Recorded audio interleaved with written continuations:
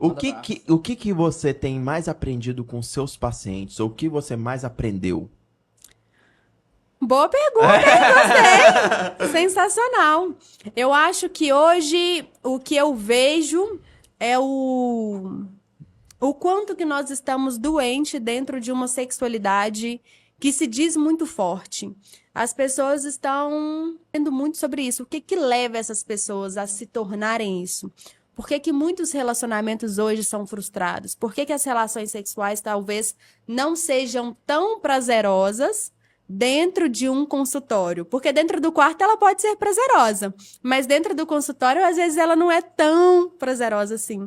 E hoje, o fetiche masculino, o desejo masculino, ele tem crescido de uma forma muito avassaladora. Os homens estão querendo se autodescobrir ao invés de ser só a pessoa ativa dentro da relação sexual. Então, aquela questão do homem querer descobrir outros tipos de toque, ser dominado, não ser só aquela pessoa dominadora, de descobrir o prazer pela região prostática. Então, isso vem crescendo bastante também, o que é muito interessante, inclusive.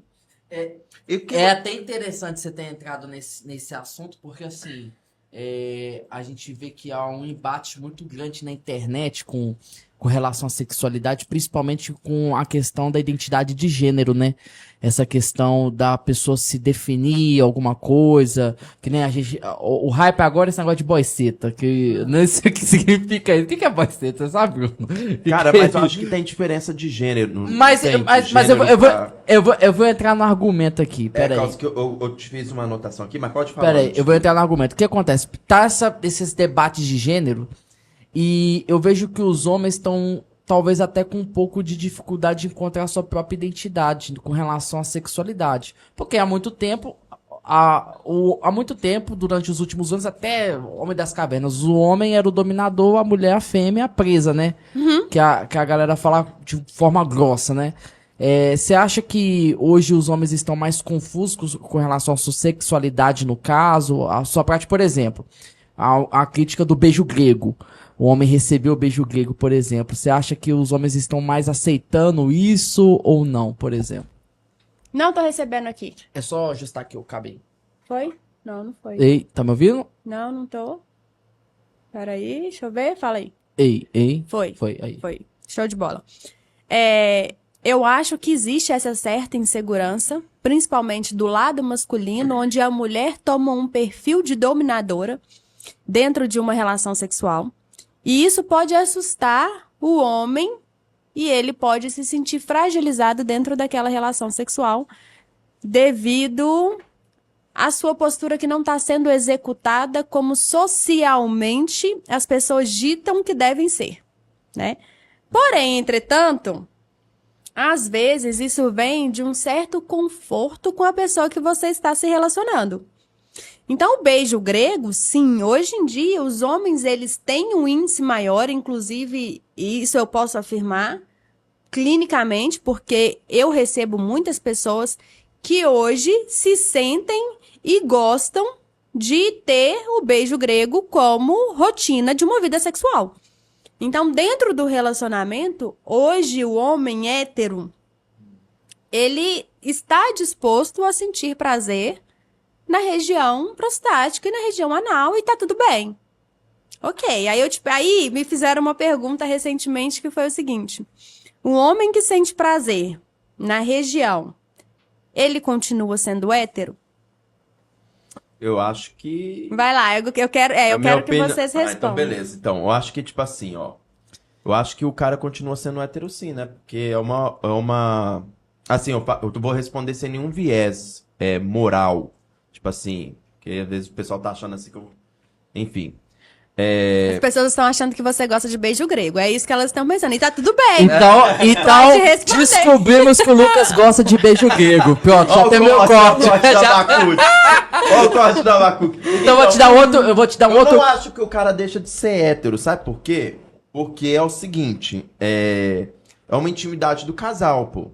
É uma intimidade do casal ali, que eles, é um combinado, um acordo que eles vão ter a dois, né? A questão que eu falei, assim, de viés é porque embora tudo que a gente falou hoje tem viés, é porque às vezes as pessoas vão achar que eu tô respondendo com algum viés moral, né? E eu tô me respondendo sem nenhum viés moral, né? Porque dependendo do ponto de vista que você olha, pode ser dizer que sim, o cara deixou de ser hétero por conta disso.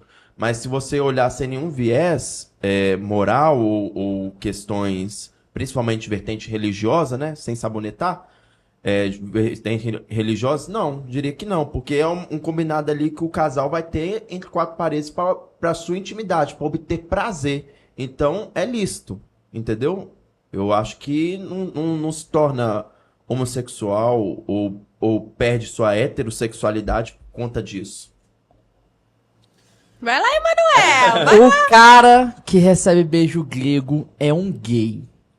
Pronto, já tem um corte. Agora eu vou falar minha opinião de verdade. Não, eu não acho também. Eu não acredito nisso. Eu acho que depende, por exemplo, do combinado do casal. Se os dois gostam disso, beleza, tá valendo. Tá dentro da relação e é problema dos dois. Agora, se o cara quiser receber de outro homem, aí já entra em outro campo. Que é o lance da identidade sexual do cara.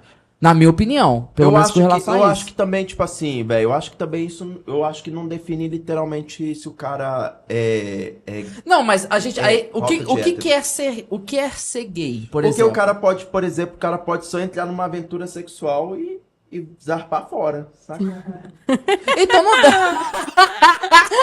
Sério, mano, eu conheci assim, mano. O que você acha disso? O cara você acha que eu conheci histórias assim, mano, Não, conta a sua história, pode falar, tá tudo bem. Não, não é minha história não, pô. Não é minha história não. Aí, tipo assim, os caras olhou um pra cada Tu deu butico, né, parceiro? Não. Os caras olhou um pra cara do outro e falou assim, uai, mano, como é que deve ser beijar um outro homem? Aí os caras foram lá e meu único medo é você ter dado butico pro DJ Aquilo. Maguinho pirocudo. Como assim? Ele é pirocudo? Não, é que tu falou aí que tem um pauzão, velho. Não. Lá ele. Ai, gente. É retardado, não, mas mano. tipo assim, você acha que, tipo assim, o cara se mete numa aventura sexual ali com outro homem, você acha que isso já quebra a heterossexualidade dele? Já deixou? Virou bi, por exemplo? Ele foi bi por um dia. Agora, o que ele vai levar pra vida dele depende do que ele sentiu naquele momento. Existe a questão da curiosidade hoje. Hoje a gente tá vivendo uma era da descoberta. Então, hoje em dia, a gente se fala muito mais sobre várias questões de identidades sexuais. São tantas que hoje eu não consigo acompanhar tantas evoluções. Uhum. Mas eu penso o seguinte, existe a pessoa hétero, e existe a pessoa que gosta de outra coisa. Independente do que ela gosta, tá tudo bem. Porque é gente como a gente, né? São escolhas ou aventuras que talvez fujam do comum vivida por outras pessoas. Agora, a pessoa que se considera hétero, que recebe um beijo grego, até a pessoa que faz inversão, sendo isso feito por uma mulher, o desejo dela não está no sexo oposto. Aliás, o desejo dela está no sexo oposto e não na mesma pessoa. Uhum. Ou seja, a pessoa só pode ser considerada gay quando ela sente atração e desejo físico por uma pessoa do mesmo sexo. Então, se hoje você está num relacionamento e você tem o desejo de fazer uma inversão, por exemplo, se uma mulher te comer, Lucas, tá tudo bem, você não é considerado gay. Esse mapa é muito top, mano. E talvez muita gente comece assim, porque às vezes o homem, ele sente prazer pela inversão, e isso cria um desejo mental nele de experimentar isso vivido por um outro homem. E aí, se ele vai gostar daquele experimento ou não, é só vivendo para saber. Agora, uma coisa eu posso afirmar.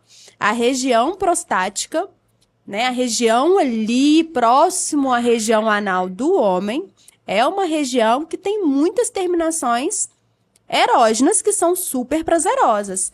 E se você souber fazer o estímulo correto de fazer a massagem prostática ali, o Aquila tá gostando do papo. DJzão, o hétero.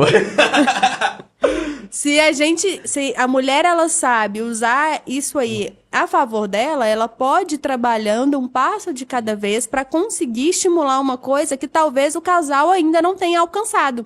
Porque é um patamar avançado de confiança, de entrega, de prazer, de química, de desejo. Então, eu acredito que seja um processo. O homem que já tem a cabeça mais aberta para isso, que já viveu e tá tudo bem, naturalmente isso vai ser colocado de forma mais fácil dentro de um relacionamento.